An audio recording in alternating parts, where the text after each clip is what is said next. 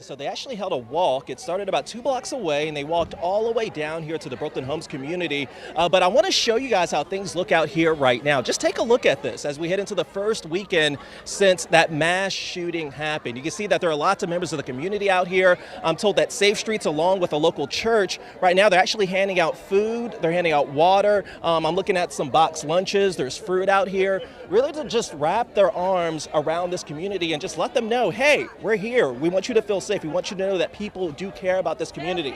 But I want you all to take a look at this video that we took earlier. This happened just about an hour ago. Safe Streets held a walk that started at 9th and Patapsco. They walked all the way down here to the Brooklyn Homes Community Center, which is just a few blocks away. This is what they call a shooting response. It's something they do, or they told me they do, in every neighborhood after a shooting happens. Now, as you know, Safe Streets, they're all about violence intervention. They're made up of volunteers.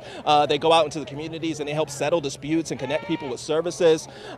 They said that the shooting response really involves them just canvassing the area, canvassing the community, talking to residents, offering mediation, and just showing people here that they have a presence and they want people here to feel safer and at least feel safe as we head into this upcoming weekend. Now, I actually spoke with the Monty director about that 17-year-old that David was talking about that was just arrested, and she told me in response to that they're just going to continue to work with providing resources to youth in the city. Take a listen.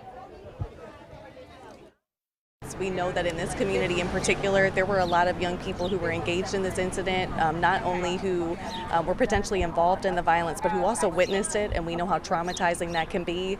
We know that we have school communities impacted, we have families who are impacted, and so what my team is going to continue to do is make sure we have specific resources, specific outreach tailored to the youth.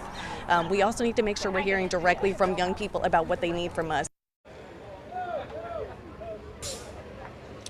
Now, again, that was her response, and her response to that 17-year-old that was arrested, that Baltimore police said was arrested today. Some of the other resources that they said that they've been offering out here include counseling and mental health services, again, along with food and water. So, again, dozens of people out here in the community. This is just about an hour after they held that walk about 2 blocks away. They were just walking through the neighborhood, just showing people that they're here, that they have a presence, that they want to come and talk to them, they can. They offer mediation services, they offer counseling.